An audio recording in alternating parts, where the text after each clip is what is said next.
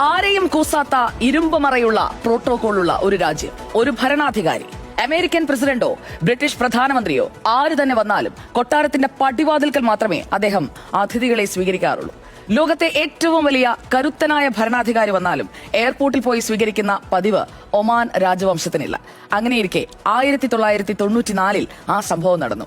Indian president doctor Shankar Dayal ശർമ്മയുടെ വിമാനം ഒമാനിലെ മസ്കറ്റ് അന്താരാഷ്ട്ര വിമാനത്താവളത്തിൽ പറന്നിറങ്ങുന്നു. വിമാനത്തിന്റെ വാതിൽ തുറന്നതും അവിടെയുള്ള സുരക്ഷാ ഉദ്യോഗസ്ഥരുടെ കണ്ണു തള്ളി.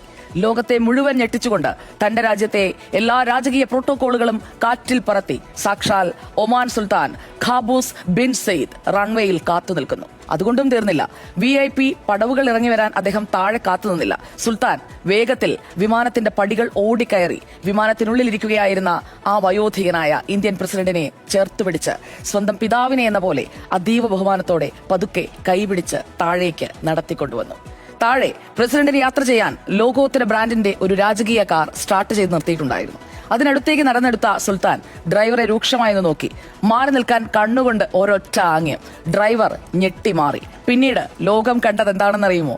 ചരിത്രത്തിലെ ഏറ്റവും വലിയ മാസ് സീൻ. അറബ് ലോകത്തെ ഏറ്റവും കരുത്തനായ ആ ഭരണാധികാരി സ്വന്തം കൈകൊണ്ട് കാറിന്റെ ഡോർ തുറന്ന് ഇന്ത്യൻ പ്രസിഡന്റിനെ ഫ്രണ്ട് സീറ്റിലിരുത്തി. ശേഷം രാജകീയ കുപ്പായമണിഞ്ഞ സുൽത്താൻ നേരെ ഡ്രൈവിംഗ് സീറ്റിലേക്ക്. ഒമാന്റെ രാജാവ് സ്വന്തം അതിഥിയെയും കൊണ്ട് കൊട്ടാരത്തിലേക്ക് കാർ ഓടിച്ചുപോയി. എന്തിനായിരുന്നു ലോകം കണ്ട ആ വലിയ പ്രോട്ടോകോൾ ലംഘനമെന്നറിയാമോ?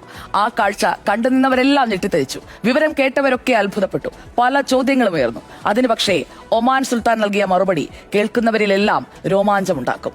അന്ന് എന്റെ കാറിലിരുന്നത് കേവലം ഇന്ത്യയുടെ പ്രസിഡന്റ് അല്ല, മറിച്ച് പൂനെയിൽ ഞാൻ പഠിക്കുന്ന കാലത്ത് എനിക്ക് അക്ഷരം പകർന്നു നൽകിയ എന്റെ സ്വന്തം പ്രൊഫസറാണ്. ഒരു വിദ്യാർത്ഥി തന്റെ ഗുരുവിന് നൽകേണ്ട ദക്ഷിണ മാത്രമാണിത്. സുൽത്താൻ ഇന്ത്യയെയും ആ മഹാനായ മനുഷ്യനെയും അത്രമേൽ ആദരിച്ചിരുന്നു എന്നതാണ് യഥാർത്ഥ സത്യം. ഈ സംഭവം നമുക്കെല്ലാവർക്കും നൽകുന്ന സന്ദേശം ചെറുതല്ല.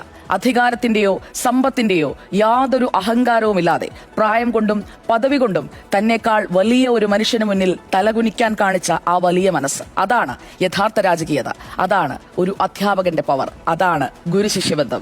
ഓർക്കുക, ഏത് രാഷ്ട്രത്തലവനിലും മുകളിലാണ് വിജ്ഞാനം പകർന്നു നൽകിയ ഗുരുനാഥൻ. പാഠ്യപദ്ധതികൾക്കപ്പുറം ജീവിത മൂല്യങ്ങൾ പകർന്നും ജീവിതങ്ങളെ സ്വാധീനിച്ചും അധ്യാപകർ വാർത്തെടുക്കുന്നത് ലോകത്തിന്റെ നാളെയാണ്. കാലികമായ മാറ്റങ്ങൾ അധ്യയനത്തിലും വന്നെങ്കിലും വെളിച്ചം പകരുന്ന ആ വിളക്കുമാടങ്ങൾ തന്നെയാണ് ഏതുകാലത്തും ഗുരുക്കന്മാർ.